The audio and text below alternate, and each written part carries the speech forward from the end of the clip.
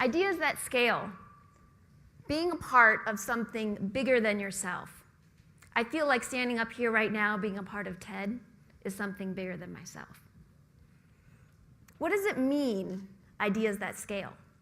How does an idea scale? How do we create them? How do they become bigger than ourselves? We all know what the word idea means. We all have ideas.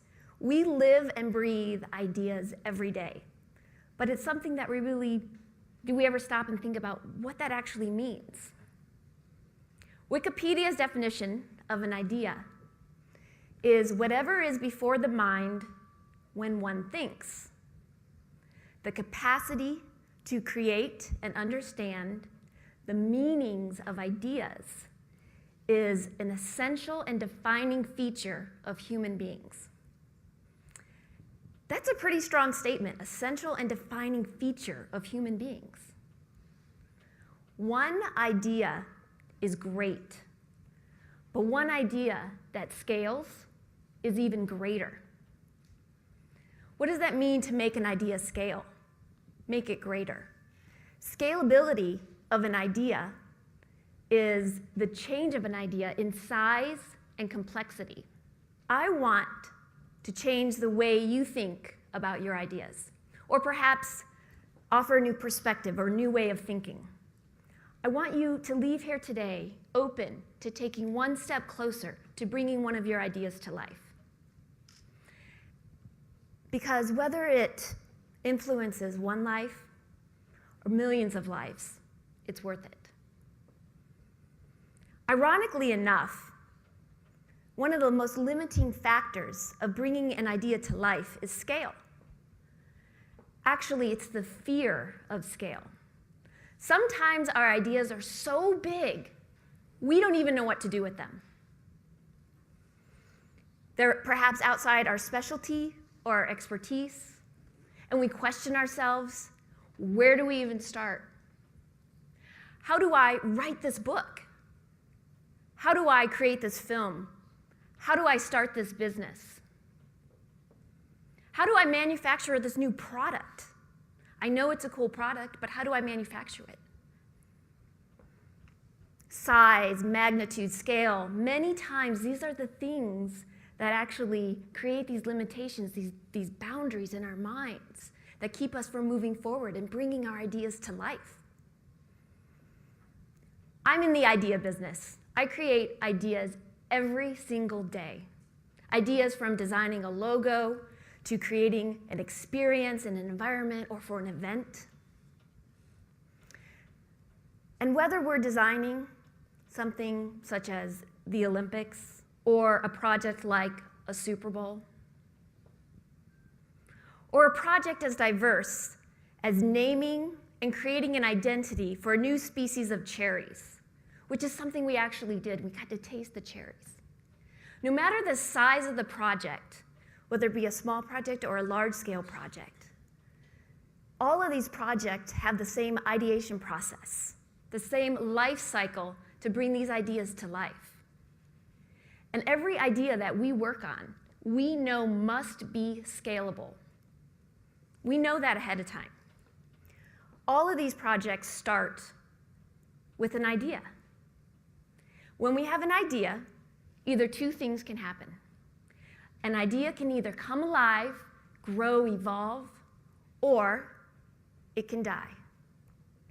And that decision of an idea actually happens multiple times in the life cycle of bringing an idea to life. And there are many times when we have to let go of those ideas and let them die. First and foremost, to bring an idea to life, you must believe in your idea. You must believe in your idea wholeheartedly, authentically. Believing in your idea is one of the most important components of bringing an idea to life. And it must stay true for the entire life cycle of an idea. If you do not believe in your idea, it will die. Context is a place for an idea to live.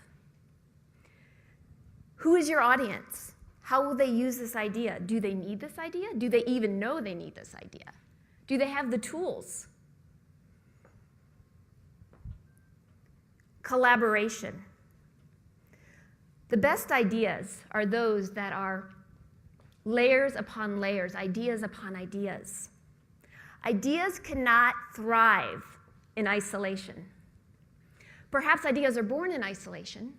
I know a lot of ideas come to me when I'm running or meditating, or perhaps ideas come to you when you're gardening or mowing your lawn or whatever. But ideas cannot thrive there.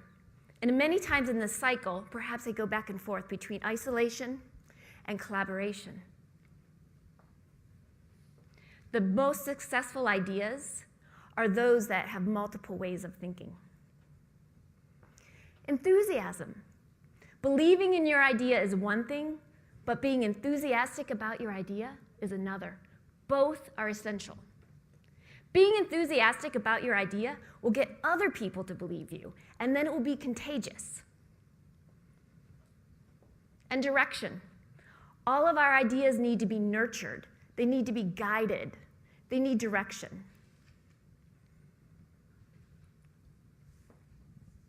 Connectivity. It is important for an idea to be part of a community, a network, a support system. Once our idea has all of these components, it actually becomes grounded and connected. And once it becomes grounded and connected, it becomes self-sustaining. If an idea takes a lot of work to keep it alive, to maintain it, it will be too much work to make it thrive. The ultimate goal of an idea is to make it self-sustaining. Once an idea becomes self-sustaining, it actually becomes infinitely scalable. And I think about this life cycle of an idea, the ideation process that we use for our projects, and I realize this process, this cycle, can actually be used for ideas outside of a design project. It can actually be used for our personal lives, ideas in our own lives. When I was 5, I had an idea. My idea was that I would be an artist. I can remember the day. And so throughout my life's journey, I've actually experienced all of these components of the life cycle of bringing this to life. And ultimately, I became an artist, a designer. And years ago, I had another idea that came to me. That idea was to take a new job, to leave Los Angeles and move to Salt Lake City to work on the Salt Lake Olympics. I knew by taking that one step, that leap of faith, that I was going to be part of something bigger than myself. I have a passion for the Olympics, and to be a part of that, I had no idea even how much bigger it was. I had no idea how impactful that would be on my life, my experiences, and how much it scaled my life. Since then, I've been able to take that knowledge and experience and create a business with amazing business partners, Molly and Cameron, build a very talented team, work on world-class projects, such as designs for Yankee Stadium, the Sundance Film Festival, and even Super Bowls.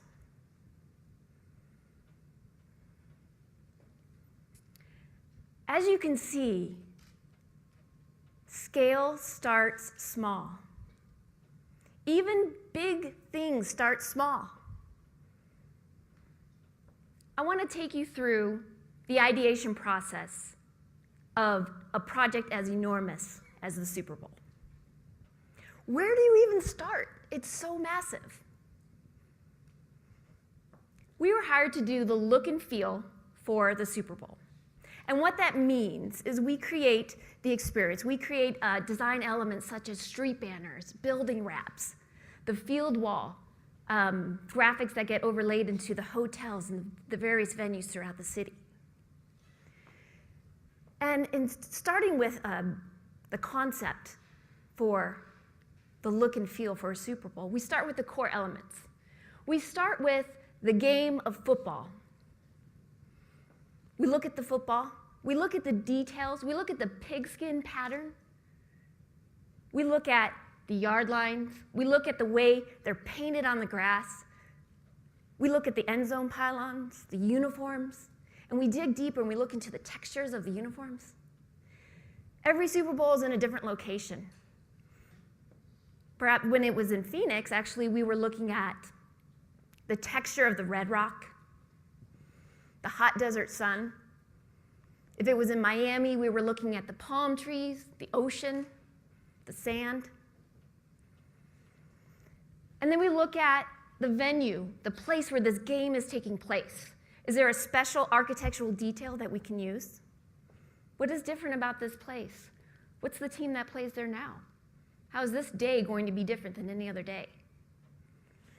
And then we look at the elements of the game itself. This is the championship game. The teamwork, the dedication, the Vince Lombardi trophy. And we take all of those seemingly ordinary elements and we connect them. We connect the seemingly unconnected. And we start applying our ideas. Our ideas at this time become physical in the environment. Once our ideas become physical, people get to experience our ideas. They get to live and be around it. People get excited. People are coming here to experience the game. Perhaps they've traveled from all over the world or across the country to be a part of this. For many of them, this is a once-in-a-lifetime opportunity. And they're capturing this moment, and they're excited, and momentum is building. All of this in the space that we've created. Large-scale graphics. It's being broadcast, shared amongst many. All for this day.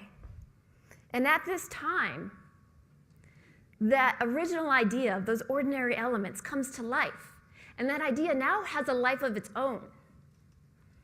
And now that it has a life of its own, it actually has the capacity to scale even bigger. Planning for the Super Bowl, this one-day event, actually is 3 hours. A 3-hour event, right? It takes years. 80,000 plus spectators are there in a seat at the stadium experiencing the game.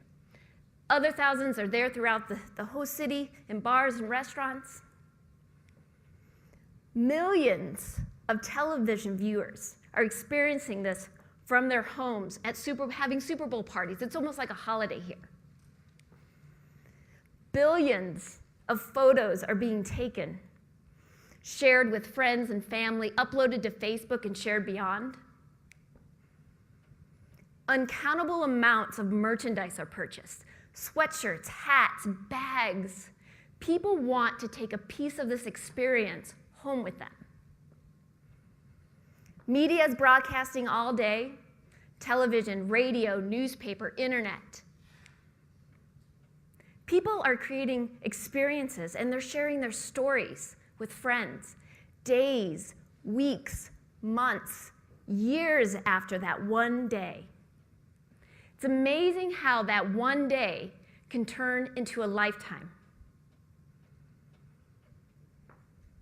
That is a perfect example of how an idea can scale. Starting with a core idea, the core elements, coming to life, becoming self-sustaining, and then scaling beyond, having a life of its own. In closing, I'd like to leave you with this. Ideas are not the property of creative types. Ideas are the property of everyone. They belong to you. By taking one step closer, one ordinary step, you can do extraordinary things in your life. When you leave here today and go outside, take a look at those ordinary things. Look at the ground. Look at the mountains. And if you're thinking and it's before your mind, you'll never know what can happen next. Thank you.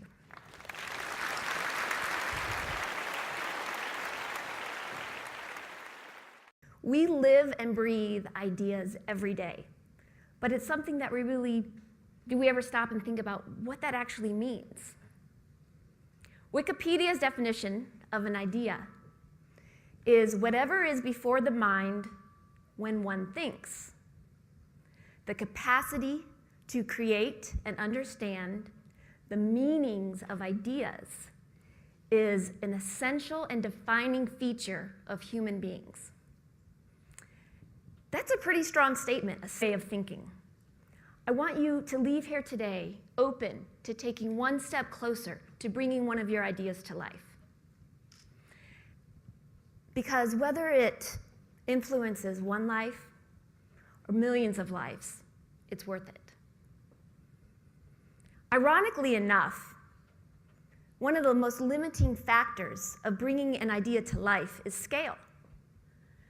Actually, it's the fear of scale. Sometimes our ideas are so big, we don't even know what to do with them. They're perhaps outside our specialty or our expertise, and we question ourselves, where do we even start? How do I write this book? How do I create this film? How do I start this business? How do I manufacture this new product? I know it's a cool product, but how do I manufacture it?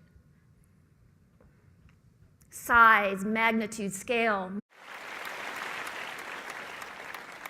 Ideas that scale. Being a part of something bigger than yourself. I feel like standing up here right now, being a part of TED, is something bigger than myself. What does it mean, ideas that scale? How does an idea scale? How do we create them? How do they become bigger than ourselves? We all know what the word idea means. We all have ideas, central and defining feature of human beings. One idea is great, but one idea that scales is even greater. What does that mean to make an idea scale? Make it greater. Scalability of an idea is the change of an idea in size and complexity. I want to change the way you think about your ideas, or perhaps offer a new perspective or new way